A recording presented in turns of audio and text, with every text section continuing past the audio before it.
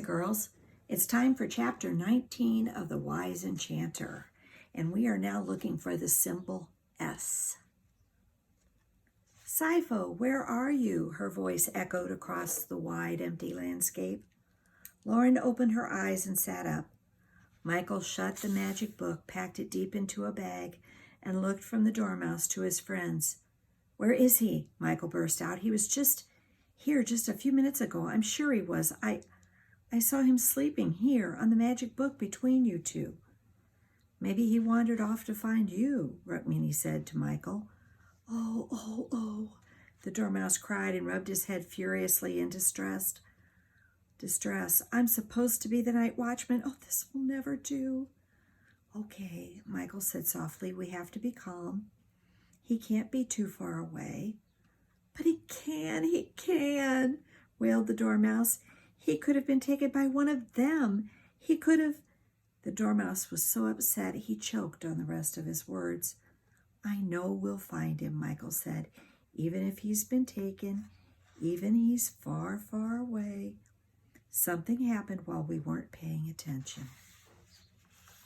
I'm not going anywhere without him, Rukmini said. Just then the grass rustled and the moonlight caught yellow eyes that moved closer through the night. The dormouse leapt right up onto Rukmini's shirt. Urkel's foxes, he shouted. Run! Run, called Michael and grabbed the bag with the magic book, and then Rukmini by the hand. Lauren followed quickly, pulling the rest of their belongings with them. Faster, urged the dormouse in Rukmini's ear. We just have to get over the mound. On the other side is a burrow. Climb into it and move along the passageway. We can block the entrance easily. Rukmini ran with all the strength she had and came to the mound, went over it and threw herself headlong into the burrow, tunneling her way deeper into the earth so that the others could follow. She heard Lauren and Michael come in. Stop the entrance. Use rocks, muds, anything, the dormouse wheezed. As Michael was the nearest one to the entrance, he worked furiously with all he could find until the entrance was completely blocked and the three children lay breathing hard in the darkness.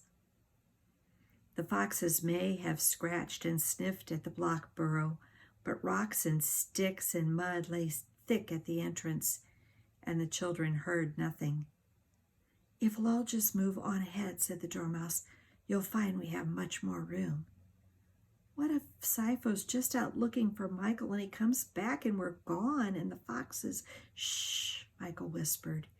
We'll find him. They crept deeper into the tunnel, which began to widen. It seemed to be much lighter at the end. When they got there, it opened out into a large underground cave. They could hear water dripping, and then they saw that the cave was open at the other end and right above them, and that the light they were seeing came from the early morning sky. They walked through the cave and out into the dawn. A beautiful sight met their eyes. It was spring. There were flowers everywhere and birds sang. Butterflies kissed the flowers, and an early morning breeze played music through the leaves of a large tree. The friends sat down on a circle of rocks and surveyed their surroundings. So you've seen the spring, said a voice at Lauren's feet. She looked down and her eyes grew wide. Looked like snow yesterday, but you arrived and, well, spring's just spontaneously sprung out of the ground, so to say. Spontaneous springs, a bit suspect, if I say so myself. But so what? So, say something. Why so sullen? Sad. What's so special about a speaking snake? Yes, I speak. Of course I do. I'm so sick of silence. No one around here speaks anymore. I do, said the dormouse. Splendid, said the snake, and flicked his small black tongue out to taste the air. We've lost our friend Sipho, Rukmini said. Have you seen him? Sipho, said the snake. Sorry, it seems I haven't. Still, I'm sure he's somewhere. I'll slither along and you follow. Saying of the day is, Searchers seeking Sipho. He should be somewhere. It's really quite serious, Rukmini said. Certainly, certainly, said the snake.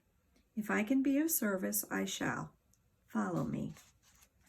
The speaking serpent slithered through the spring grass, and the 3 children followed.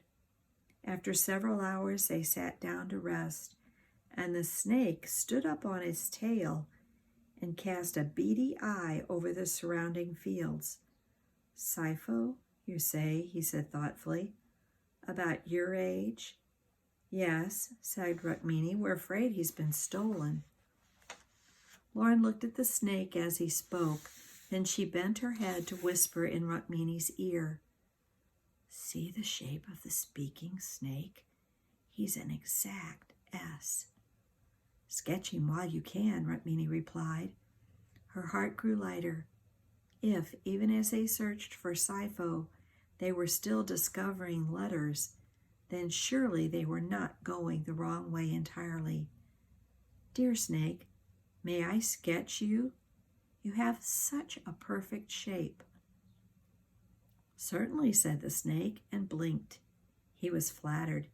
Make sure you get my scales. See? Yes, smiled Lauren, and she drew the swirling S shape of the speaking serpent. As she finished, Rukmini suddenly looked at her. Oh, Lauren, she exclaimed. I had completely forgotten. Use the opal. It might show us exactly where Sipho is. Of course, said Lauren, and found the stone. She held it in front of her. At first, the stone only reflected the blue sky, but then a strange mist shifted across the surface. When it cleared, Rukmini shouted for joy. I see him! I see him! So long then, said the snake. I'll just sit and savor the spontaneous spring. It should disappear shortly. Suppose I'll be seeing you sometime. He was about to slither off when Lauren turned to him. Thank you, snake, she said, for showing us the way here. We might otherwise never have thought of the opal. And thank you especially for your shape. Salutations, then, he said, and bowed his head. Then he slithered off into the soft spring grass. And here is the letter S that the snake gave them. Such a perfect shape. And I thought the snake was going to be a bad guy. He wasn't at all. Thank goodness they have that opal. We will read chapter 20 soon.